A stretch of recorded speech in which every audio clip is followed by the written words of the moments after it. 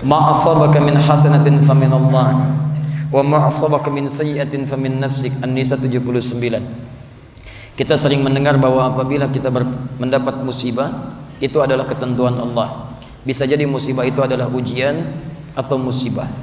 Keduanya ditentukan Allah. Jika demikian, bagaimana dengan penjelasan ayat di atas bahwa yang menyatakan bahwa musibah itu datangnya dari diri kita sendiri? Pertama, apa itu musibah? Itu dulu. Kalau definisinya sudah paham, kita bisa mengerti, baru jadi baik dalam prakteknya. Quran surah kedua Al-Baqarah ayat 156, paling kiri sebelah atas. Alladzina idza asabathum musibah qalu inna lillahi wa inna ilaihi raji'un. Musibah berasal dari kata asaba yusibu, isabatan wa musibatan. Segala yang menimpa, yang dialami, di setiap yang menimpa kita itu musibah. Setiap yang menimpa, baik ataupun buruk. Makanya ketika hujan turun mengenai kita atau perangkat hidup kita, ada doa dari Nabi singkat, Allahumma sayyiban nafi'an. Sayyiban seakar dengan kata musibah. Asaba yusibu sayyiba, menimpa dengan cepat, tak tak tak tak tak tak gitu. Sayyiban. Di asal kata musibah itu yang kita alami semua, yang terasa terlihat baik, menyenangkan, atau yang terlihat tampak seperti tidak menyenangkan. Maaf, meninggal musibah, terlihat seperti tidak menyenangkan. Maaf, lahir musibah, terlihat seperti menyenangkan. Naik kedudukan musibah, turun kedudukan musibah. Saya pun ketemu antum sekarang, musibah buat saya. Betul, saya sedang menimpa keadaan saya sekarang, itu musibah. Antum ketemu saya, musibah. Setiap yang kita alami.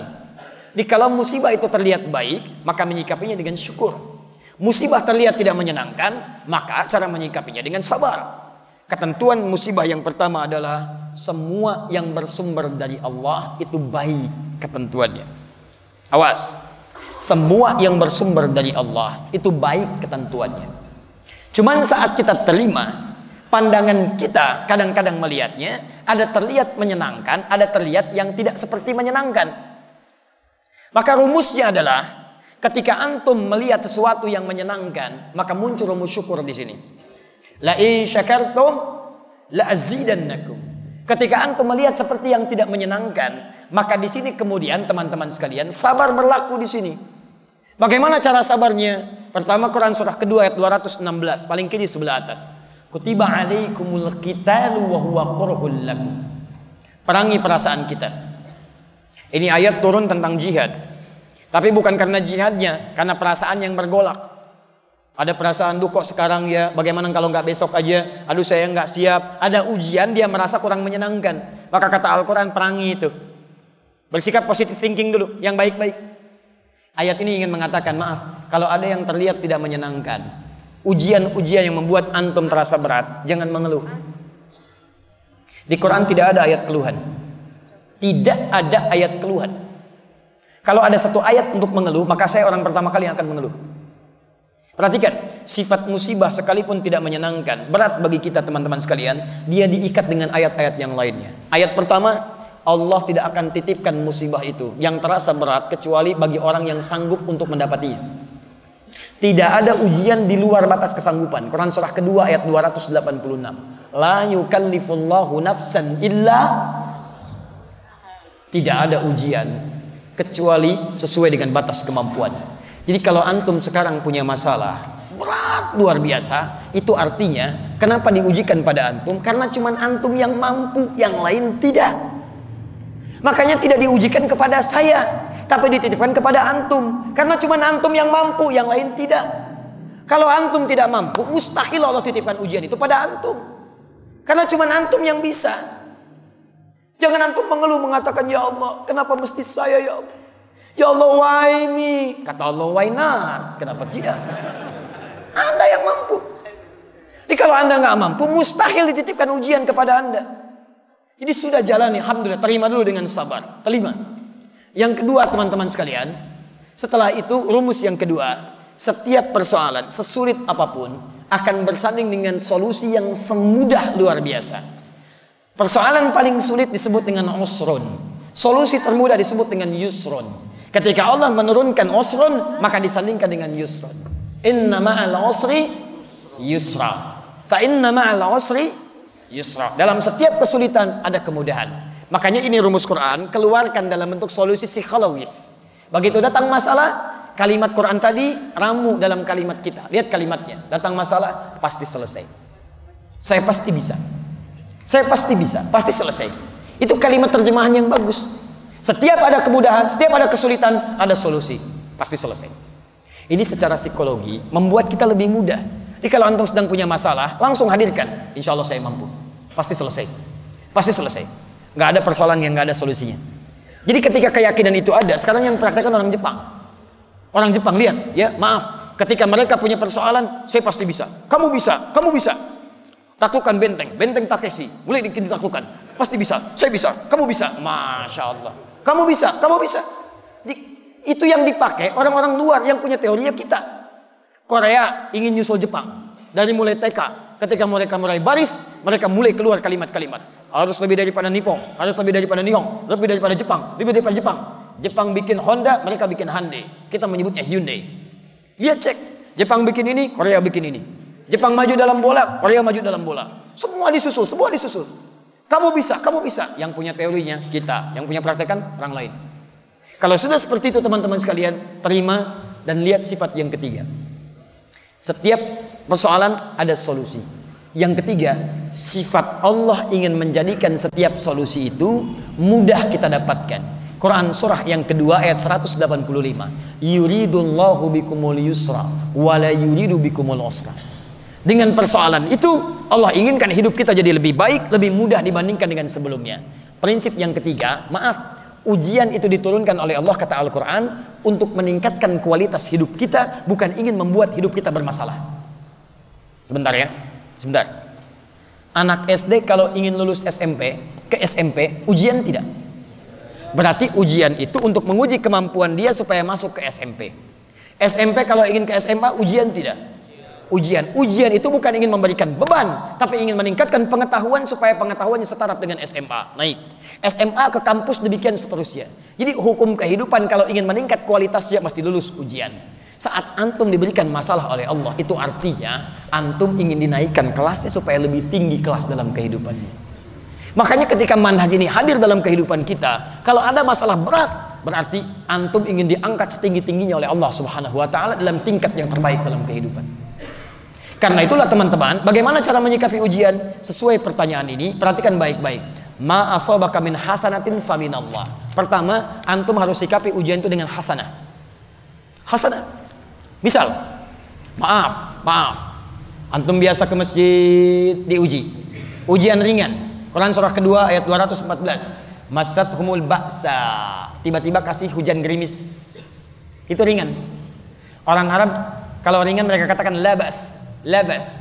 Nazal matar, labas. Turun hujan nih. Enggak apa-apa, labas. Orang Indonesia labasa, satukan, labas. Lewat, labas. Lewat, ringan.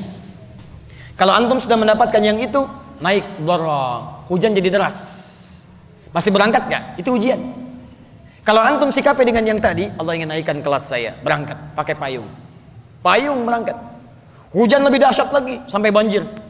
Konon kabarnya sebagian dari Solo kemarin banjir, ya.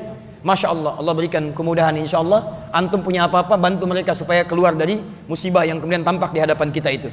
Ayo kemudian teman-teman sekalian, berangkat ke masjid, berangkat. Nah, cara antum menyikapi hujan turun dengan motivasi supaya tergerak tetap berangkat ke masjid, dengan gambaran Allah ingin naikkan iman saya, itu yang disebut dengan hasanah. Jelas? Tapi kalau antum itu sikapi, teman-teman sekalian, dengan sikap-sikap yang negatif, hujan turun, biasa ke masjid, tiba-tiba gerimis. Antum mulai malas ke masjid. Kata istri, "Pah, ayo ke masjid." "Aduh, hujan mah, kan ada payung." Takut ria. Oh, takut ria, Masya Allah. Takut ria. Baik, respon antum negatif yang tidak ingin ke masjid itu karena melihat ada situasi sebagai ujian padahal meningkatkan iman antum, maka disebut dengan sayyi'ah namanya. Sayyi'ah. Nah, kalau antum merespon dengan hasanah, itu bagian dari petunjuk Allah Subhanahu wa taala, tanamkan pada jiwa antum. Itu pilihan. Kalau antum ambil, berarti antum mengambil petunjuk dari Allah. Tapi kalau antum merespon dengan sayyi'ah, itu bukan dari Allah. Itu pilihan antum sendiri. Karena Allah kasih, antum gak ambil. Sifat hidayah itu selalu baik. Hidayah diberikan. Cuman persoalannya, maaf, tidak setiap orang yang diberi hidayah dia tidak mau mengambilnya. Tidak setiap orang yang diberikan hidayah, tidak semua mengambilnya. Contoh, kita diberi minuman nih. Minuman misal. Minuman itu diberikan, tapi apakah setiap yang diberi minuman mau mengambilnya? Sifat hidayah tidak pernah Allah tidak berikan. Semua orang hidup diberikan hidayah. Quran surah 29 ayat 69. Diambil, walladzina jahadu fina lanahdiyannahum subulana. Orang-orang yang mau mengambil hidayah kami. Ayat itu mengatakan kami berikan, cuman mereka mau ngambil atau tidak. Alhamdulillah. Masalahnya ketika diberikan, banyak orang yang tidak mau ngambil. Hidayah datang lewat telinga, dengar azan, Allahu Akbar, Allahu Akbar. Kok telinga antum bisa dengar azan? Artinya antum diberi hidayah. Tapi apakah setiap yang dengar azan mau ke masjid? Belum tentu. Nih, antum lewat tuh, banyak orang lewat ke masjid dari mulai subuh. Pertanyaannya, kok bisa lewatnya depan sini? Padahal bisa lewat di depan tempat yang lain. Kok kenapa antum diperjalankan bisa lewat masjid? Itu hidayah lewat mata. Cuman tidak setiap orang yang melihat masjid bisa mau ke masjid. Persoalannya maaf, bukan karena Allah nggak kasih, hasanahnya Allah kasih. Cuman respon kita apakah mengambil atau tidak, itu sikap antum. Kalau antum ambil, itu bagian dari petunjuk, yang diambil itu hasanah. Kalau antum tidak ambil, itu dari pribadi antum, namanya sayyi'ah. Makanya turun ayat dengan antum tadi tuliskan. An-Nisa ayat 79. Ma asawaka min hasanatin faminallah. Kalau diambil kebaikan itu, maka antum mengambil kebaikan dari Allah. Wa ma asabaka min sayyi'atin famin nafsik. Allah sudah kasih kebaikan, antum malah putuskan yang salah, maka itu dari pribadi antum sendiri. Jangan kaitkan kesalahan dengan ketentuan Allah Subhanahu wa taala, karena itu bagian dari pilihan antum berdasarkan ketetapan yang Allah telah tetapkan dalam kehidupan. Paham tentang ayat ini? Sekarang pilihan bagi kita, saya sudah menyampaikan ayatnya, sudah menerangkan hadisnya, sudah menjelaskan konsepnya. Tinggal antum ingin menjadi hasanah atau ingin masuk dalam bagian sayyi'ah. Maaf, kalau cuma berlomba untuk mendapatkan sayyi'ah, antum terlambat. Sudah ada Qarun yang duluan, sudah ada Fir'aun yang duluan, sudah ada Abu Lahab, sudah ada Abu Jahal, sudah ada abu-abu yang lainnya, yang semua sudah menjadi abu. Kalau antum ingin berlomba, antum ketinggalan. Saatnya kita berubah. Ayo, sekali lagi, bantu negara ini, bantu dunia saat ini, yang sudah muncul banyak keburukan-keburukan, maksiat sudah di mana-mana, bahkan sudah berlomba dengan binatang telanjang, gak malu, wajar, gak punya takwa. Lihat delman keliling Solo, gak pakai celana, gak akan malu, biasa aja. Tapi antum berlomba ingin melepas pakaian-pakaian, antum ketinggalan teman-teman. Kalau cuma kontes melepas busana, binatang lebih jagoan. Makanya kita dibedakan dengan binatang menggunakan pakaian. Karena itu teman-teman sekalian, ayo kita tunjukkan. Akan muncul generasi sekarang yang kembali pada Al-Quran, dan wanginya sudah tercium, karena setiap tempat majlis sudah mulai ramai. Al-Quran sudah bergema, rumah Quran sudah menyebar di mana-mana, dan itu terjadi di Indonesia, bukan di tempat-tempat negara-negara pada umumnya. Saya ingin kita tunjukkan pada dunia, kita berikan inspirasi dari Solo, sampaikan pada dunia bahwa subuh ini di Masjid MUI kita kirim sinyal pada dunia melalui stasiun Akhir TV. Mulai hari ini kita akan kembali pada nilai Al-Quran. Kita bantu bangsa kita untuk berubah dengan menerapkan nilai Al-Quran dalam kehidupan kita. Matanya baik, telinganya baik, lisannya baik, ujung kakinya baik. Kita isi masa depan kita. Ke depan mesti ada presiden yang ahli Quran, gubernur yang ahli Quran, pengusaha ahli Quran, dia diplomat ahli Quran, militer ahli Quran. Terapkan dalam kehidupan. Yang dengan itu semua insya Allah, maka negeri ini akan menjadi negeri baldatun thayyibatun warabun ghafur, dan kemudian akan dicapai seperti Allah pernah berikan rahmatnya, seperti kita pernah dapatkan di masa-masa yang lalu. Teman-teman, bangun dari mimpi. Selesai tidur kita. Kita mesti bangun. Ayo yang pengusaha, kumpul dengan sesama pengusaha. Mulai dari Solo teman-teman sekalian, kumpul antum, pelajari Qurannya, turunkan hadisnya, kompak undang ustadznya, terangkan manhaj bisnis dalam Al-Quran, bangun supermarketnya, bangun segala kemuliaannya, hadirkan itu dalam kehidupan. Ayo yang politikus teman-teman sekalian, ayo yang ekonomis, ayo yang ekonom, ayo yang teman-teman yang lainnya, birokrat, diplomat, kumpul dengan sesamanya, dokter kumpul, militer kumpul, kaji bagaimana rumus-rumus diterapkan dalam kehidupan. Demi Allah saya katakan, demi Allah saya yakinkan, jika niat kita mulai bentangkan sekarang, kita akan tuai, kita akan panen hasil itu di masa-masa depan berikutnya. Siap insya Allah? Siap insya Allah? Teman-teman sekalian, saya undang antum tanggal 17 Desember, 2 pekan dari sekarang, kami akan ada momentum Hari Al-Quran di Masjid Istiqlal. Di situ kita akan ajarkan, berkumpul dengan ahli Al-Quran. Ada yang maaf mungkin tidak bisa melihat, ada yang cuman aktivitasnya beca tapi ahli Al-Quran, ada ahli Quran dari anak kecil, ada ahli Quran dari remaja, ada imam-imam Quran, ada orang dewasa ahli Quran, ada duta besar ahli Quran, ada tetangga dari Malaysia ahli Quran, ada teman-teman yang lain ahli Quran. Kita akan berkumpul di Istiqlal.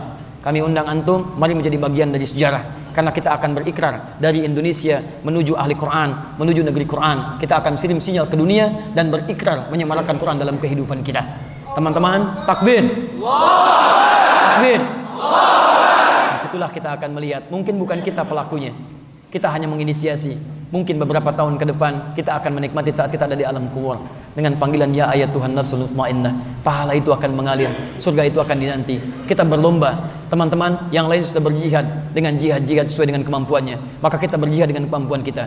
Ayo berjihad dengan hartanya, berjihad dengan ilmunya, berjihad dengan tenaganya. Minimal kita berjihad membangkitkan negeri kita ini, sehingga negeri kita ini bangun dari tidurnya jadi negeri yang baik, jadi negeri yang dominan dalam kehidupan kita insyaallah. Subhanakallahumma wa bihamdika asyhadu an la ilaha illa anta astaghfiruka wa atubu ilaik.